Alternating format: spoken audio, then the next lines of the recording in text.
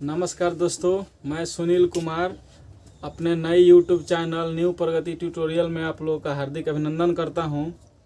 आज हम पढ़ेंगे 10th कक्षा के रसायन शास्त्र को, जिसमें से एग्ज़ाम में ठीक ठाक क्वेश्चन पूछे जाते हैं।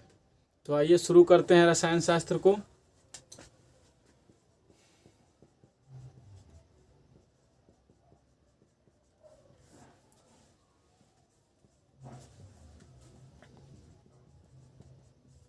से कहा जाता है कि रसायन शास्त्र की उत्पत्ति कीमिया शब्द से हुई है, जिसका अर्थ होता है काली मिट्टी।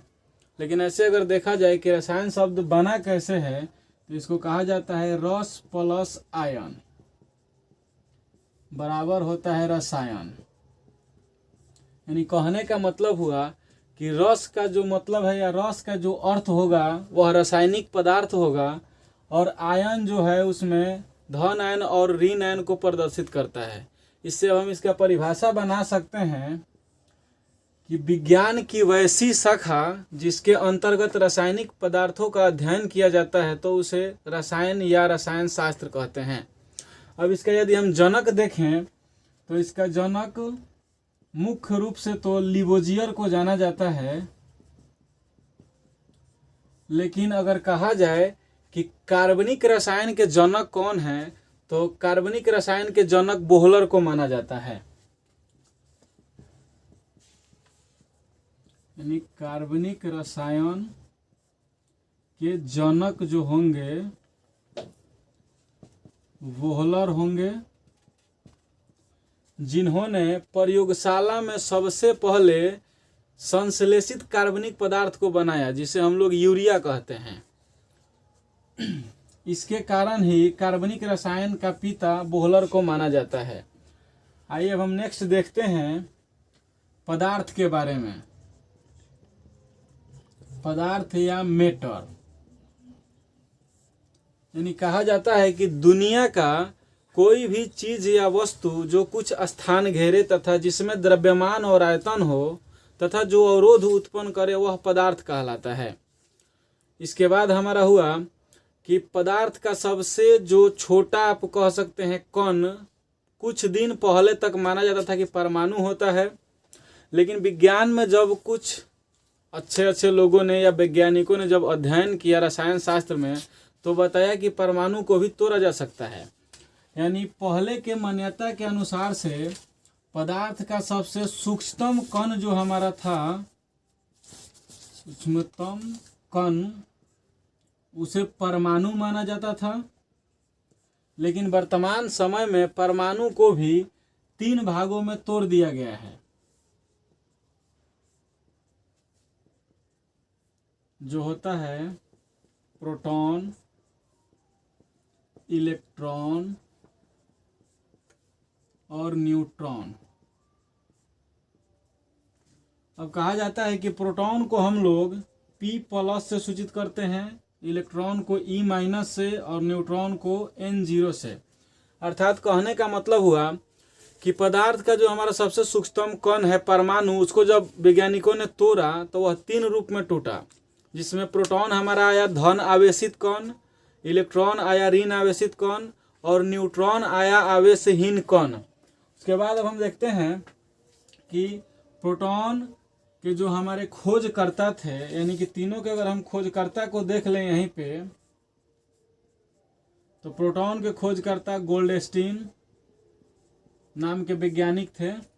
इलेक्ट्रॉन के खोजकर्ता जे थॉमसन को माना जाता है, तथा न्यूट्रॉन के खोजकर्ता जेम्स चैडविक को माना जाता है।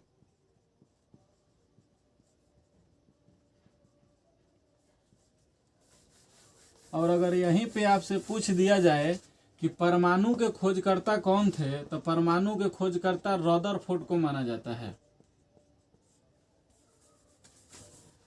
अब इसके बाद आप लोग इसको अगर देख लिए तो आगे थोड़ा सा बढ़ा जाए। आइए अब हम नेक्स्ट देखते हैं कि इलेक्ट्रॉन, प्रोटॉन और न्यूट्रॉन का बनावट कैसे रहता है। यदि हम परमाणु का स्ट्रक्चर देखें या संरचना देखें, तो कहा जाता है कि परमाणु का किसी भी पदार्थ के परमाणु का संरचना कुछ इस प्रकार से होता है, यानी जिसमें हमारा जो सबसे मध्य वाला या बीच वाला भाग है उसे प्लस से दर्शाया जाता है, जिसे हम लोग नाभिक के नाम से जानते हैं, यानी इसे कहेंगे नाभिक या न्यूक्लियस कहा जाता है। और ये सब जो बाहर के तरफ घेरा गया है उसे कक्षा या सेल या ऊर्जा स्तर कहा जाता है। यानी कि अब हम इन तीनों को अगर यहाँ पर देखें तो इन्हें कक्षा या ऊर्जा स्तर या सेल के नाम से भी जानते हैं, जिसे हम लोग KLM और अगर अधिक रहे तो और आगे M के बाद NOPQR ऐसे बढ़ते जाएंगे, या इसे 1 2 और 3 भी लिखा जाता है, 3 4 ऐसे गिनती की तरफ बढ़ते जाएंगे।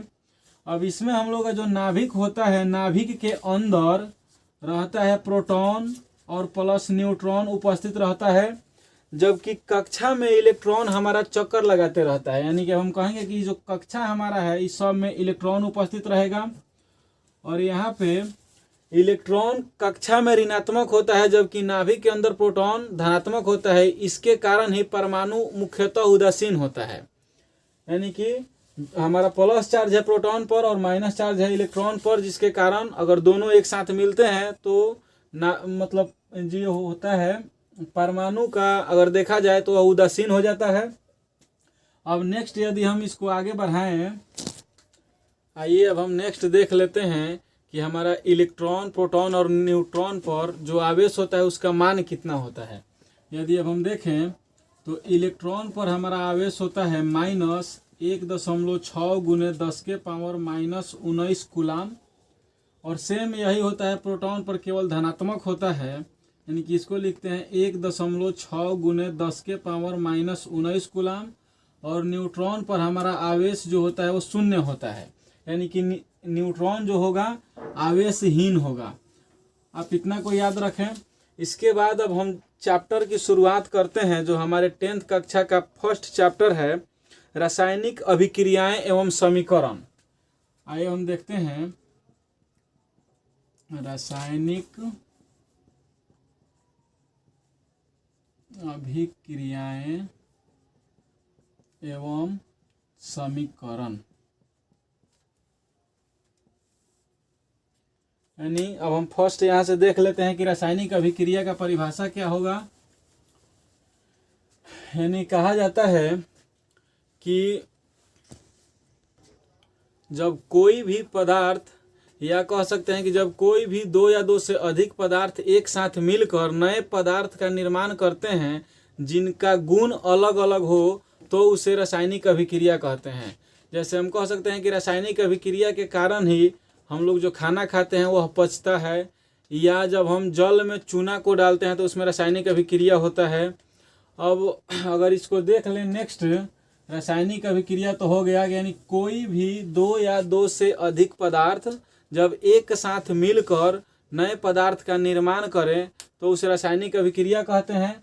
और यहाँ पे हमारा है समीकरण, यानी कहा जाता है कि जब रासायनिक अभिक्रिया को संकेतों या सूत्रों के द्वारा व्यक्त कर दिया जाए तो उसे रासायनिक अभिक्रिया कहते हैं।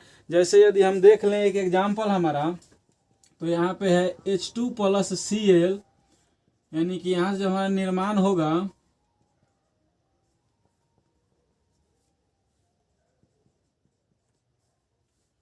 यानी यहाँ पे आप यदि देखें तो जो हमारा बना हुआ है यह समीकरण, यानी कि अभिक्रिया में, रासायनिक अभिक्रिया में जो तीर के निशान के बाएं तरफ रहते हैं उन्हें अभिकारक कहा जाता है। यानी कि यहाँ पे अभिकारक की संख्या 2 है, और जो दाएं तरफ होते हैं उन्हें उत्पाद या प्रतिफल कहा जाता है।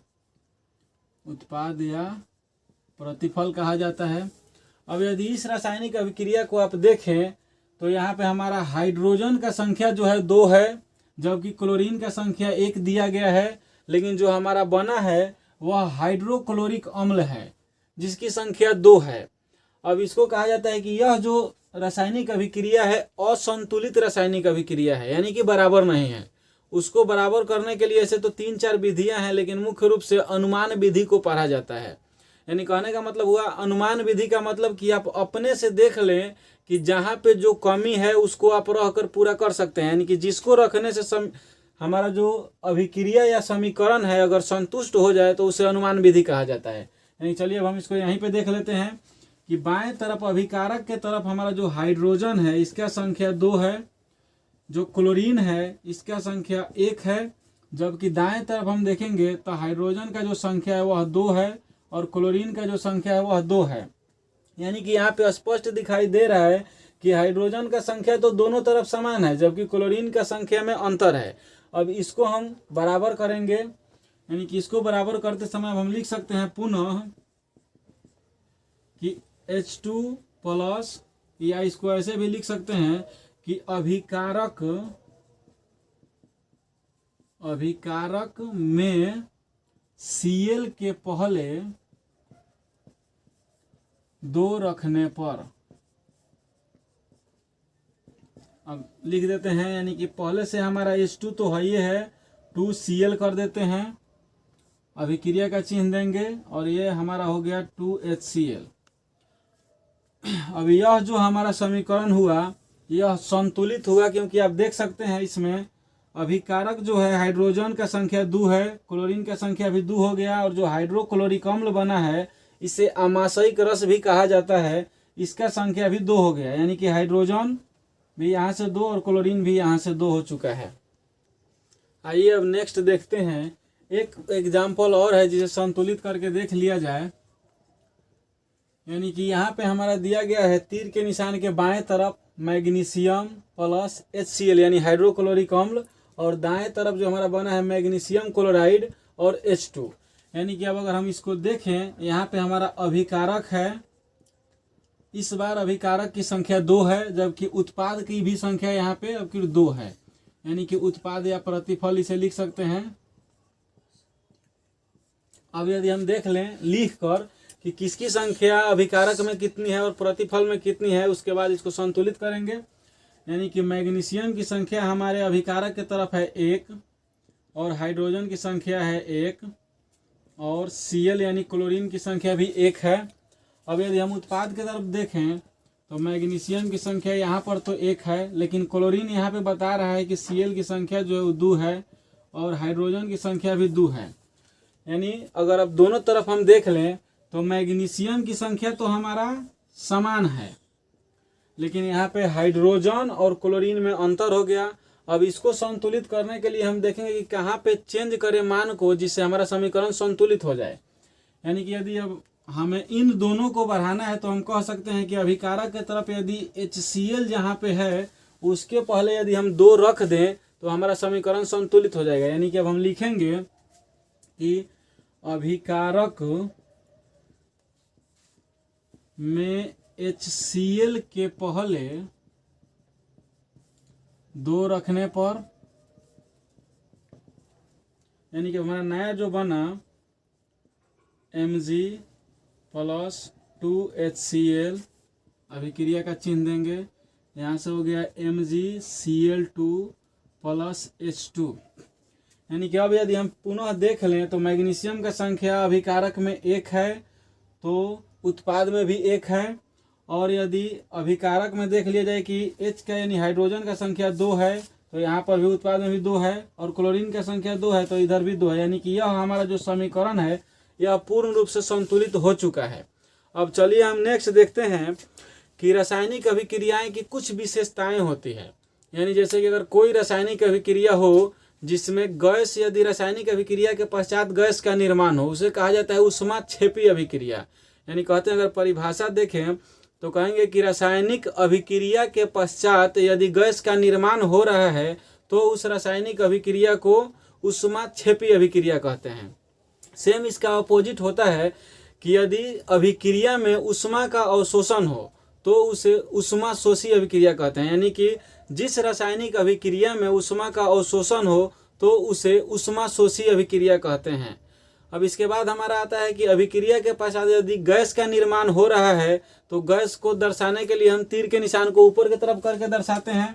यानी कि यदि किसी अभिक्रिया में गैस बना तो वहाँ पे हम बगल में गैस के तीर के निशान को ऊपर की तरफ देंगे, जबकि यदि अवक्षेप बन रहा है तो उसको हम तीर के निशान को नीचे की तरफ देकर दर्शा सकते हैं।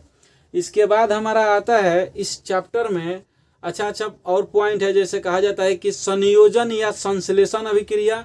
तो आइए अब हम इसको देख लेते हैं।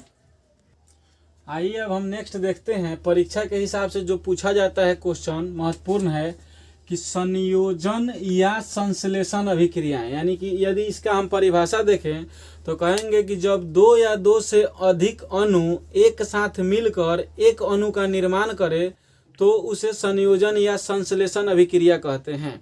जैसे हम इसका एग्जाम्पल अगर देख लें तो हमारा लिखा गया है कि C+O2 यानी कि CO2, यानी कि इसको अब हम कह सकते हैं यदि भाषा के आधार पर कि जब हम कोयले को ऑक्सीजन की उपस्थिति में जलाते हैं तो हमारा CO2 गैस बनता है जो उजला होता है।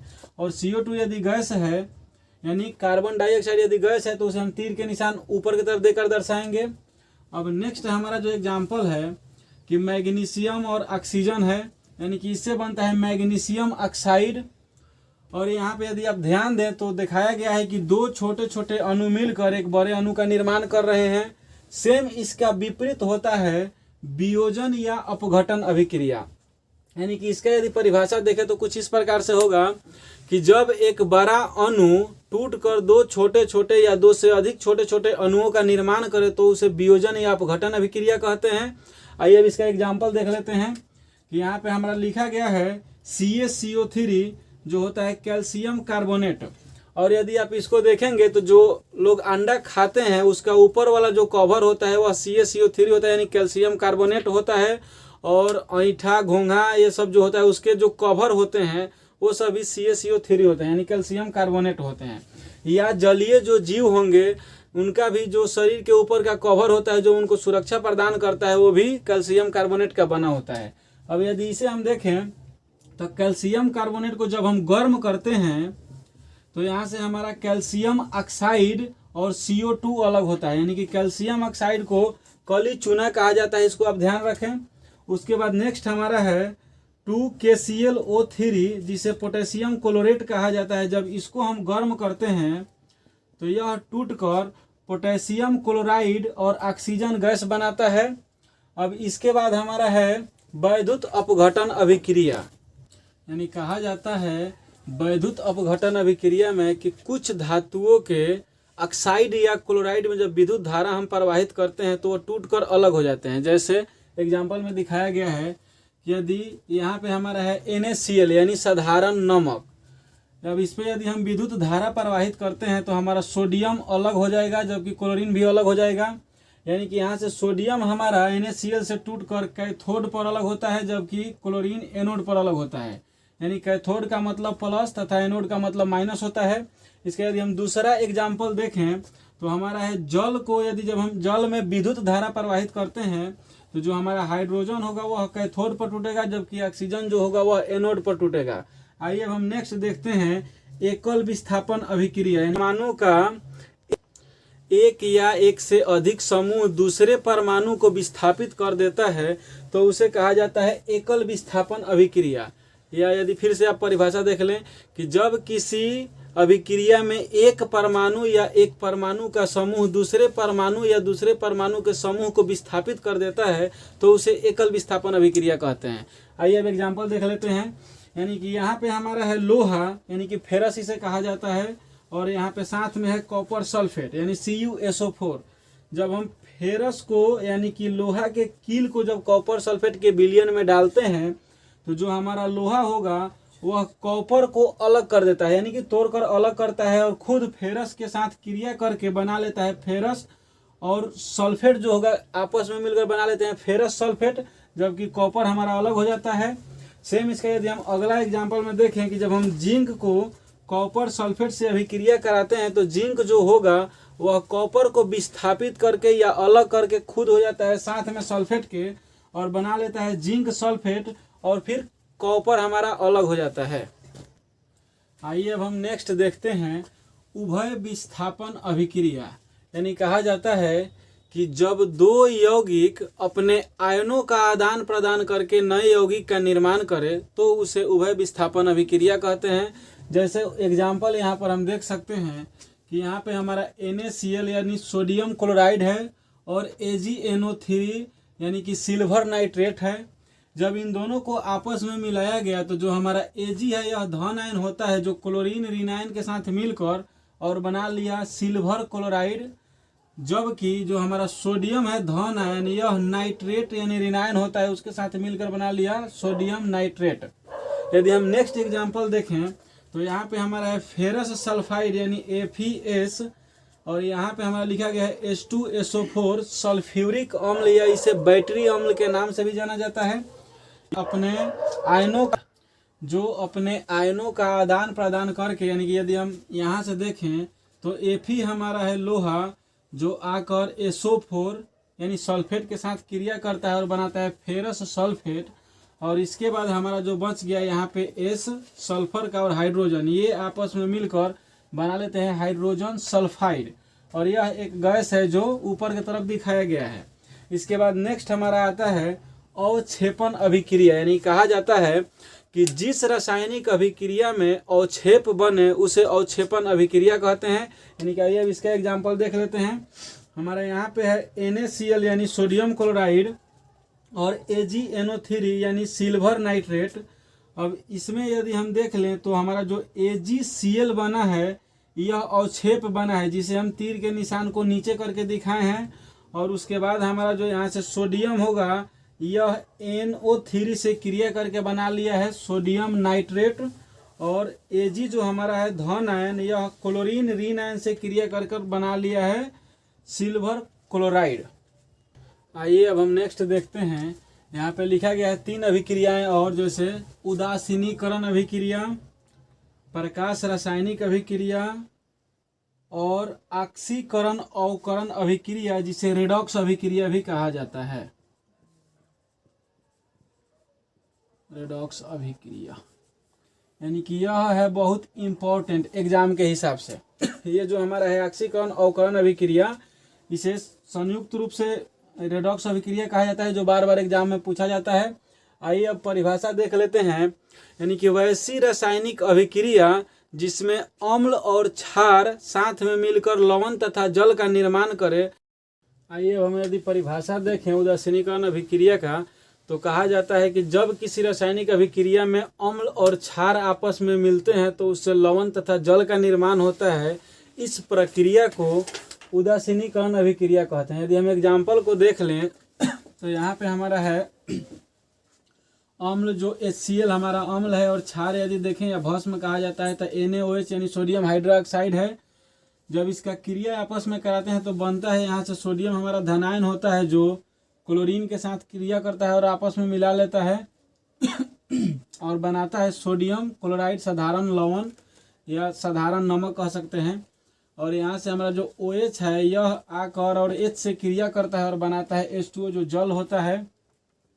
अब नेक्स्ट हमारा जो एग्जाम्पल है H2SO4 यानी इसे सल्फ्यूरिक अम्ल कहा जाता है, यह अम्ल है। और यहाँ पे KOH यानी पोटेशियम हाइड्रोक्साइड, यह आपस में जब क्रिया करते हैं तो पोटेशियम जो हमारा है यह आकर मिलता है SO4 से और बना लेता है पोटेशियम सल्फेट, और जो OH है यह क्रिया करता है H2 से और बनाता है जल। यानी कि यह हुआ हमारा उदासीनीकरण अभिक्रिया। अब नेक्स्ट हमारा है प्रकाश रासायनिक अभिक्रिया, यानी कहते हैं कि वैसी रासायनिक अभिक्रिया जो प्रकाश के उपस्थिति में पूरी हो तो उसे प्रकाश रासायनिक अभिक्रिया कहते हैं।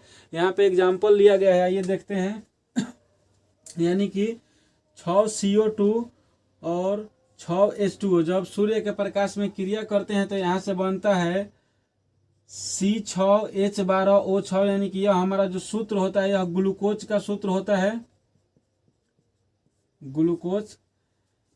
और इसके साथ बनता है 6O2, यानी कि यदि इस पूरे प्रक्रिया को या पूरे अभिक्रिया को हम एक साथ में देख लें तो इसे कहा जाता है प्रकाश संश्लेषण की क्रिया।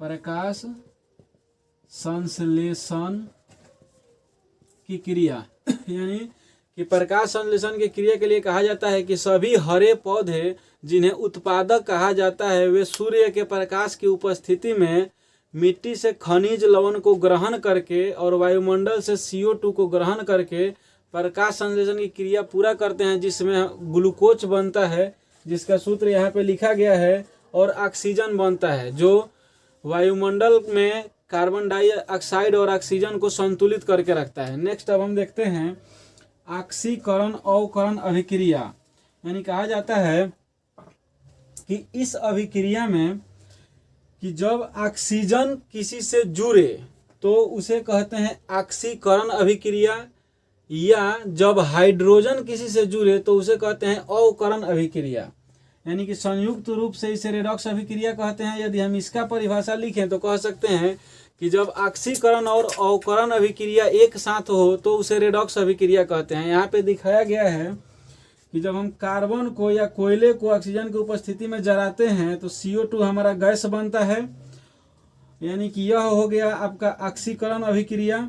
इसमें ऑक्सीजन का संयोग हो रहा है या ऑक्सीजन जुड़ रहा है, आप कह सकते हैं। यहाँ पे हमारा H2 जब क्रिया करता है Cl2 से तो बनाता है 2HCl जो हाइड्रोक्लोरिक अम्ल होता है, और यहाँ पर हाइड्रोजन जुड़ रहा है क्लोरीन के साथ। अब नेक्स्ट हमारा जो आता है इस चैप्टर में दहन और ज्वाला क्षेत्र, यानी कि अब हम यदि परिभाषा देखें तो दहन का हमारा परिभाषा होता है कि कह सकते हैं हम कि जब किसी पदार्थ को ऑक्सीजन की उपस्थिति में हम जलाते हैं तो वह प्रकाश और ऊष्मा प्रदान करता है, इस प्रक्रिया को दहन कहते हैं। और जो पदार्थ जलता है उसे दहनशील पदार्थ कहा जाता है, यानी कि कह सकते हैं कि दहन की प्रक्रिया में जो पदार्थ जलता है उसे दहनशील पदार्थ कहते हैं। और उसमें एक पॉइंट और आता है ज्वलन ताप, यानी कि जिस ताप पर कोई पदार्थ जलना प्रारंभ कर देता है उसे ज्वलन ताप कहते हैं। इसके बाद हमारा हुआ ज्वाला, यानी कि ज्वाला के यदि हम मोमबत्ती को जलाकर देखें तो मोमबत्ती के ज्वाला के मुख्यतः 3 क्षेत्र होते हैं, यानी कि उसमें हमारा होता है पहला, आइए यहाँ पे जो हमारा है कि जब हम मोमबत्ती को जलाते हैं तो उसके जलती हुई जो क्षेत्र होता है उसे ज्वाला कहते हैं। उसमें 3 क्षेत्र दिखाई पड़ता है, यानी बाहर से जब हम अंदर की तरफ देखेंगे तो सबसे बाहर वाले क्षेत्र को हम कहते हैं प्रकाशहीन मंडल, जो लाल कलर का दिखाई पड़ता है। उसके जब हम अंदर जाएंगे यानी कि दूसरे जब क्षेत्र को देखेंगे तो उसे कहेंगे प्रकाशमान मंडल, जो पीला कलर का दिखाई देता है। और सबसे मध्य में जो होता है केंद्रीय मंडल, जो नीला कलर का दिखाई देता है। इसके बाद हमारा आता है एक टॉपिक और LPG, जिसे लिक्विफाइड पेट्रोलियम गैस कहा जाता है, या हिंदी में द्रवीभूत पेट्रोलियम गैस भी कहा जाता है। यह हमारा 3 या 4 गैसों का मिश्रण होता है, जिसमें butane C4H10, propane C3H8, ethane C2H6 होता है। और जो यह हमारा जो LPG मुख्य रूप से आता है खाना बनाने वाले सिलेंडर में भरा जाता है, यानी कि अब सिलेंडर का यहाँ से एक क्वेश्चन पूछा गया था पिछले साल कि सिलेंडर का वजन कितना होता है, तो उसका होता है 14.2 kg। और सिलेंडर से जो हमारा गैस होता है उसमें गंध के लिए मिलाया जाता है मिथाइल मरकैप्टेन। यहाँ पे हमारा यह पहला चैप्टर समाप्त हुआ। यदि आप लोगों को अच्छा लगे, यदि लगे कि हाँ यह कुछ लायक है, तो आप लोग इसे लाइक कीजिएगा और सब्सक्राइब कीजिए, चैनल को अपने दोस्तों के पास शेयर कीजिए। और इसका हम दावा करते हैं कि इस वीडियो से एग्जाम में 5 से 10 नंबर के बीच में क्वेश्चन पूछा जाएगा, तो इसको आप ध्यान से देखिए। धन्यवाद।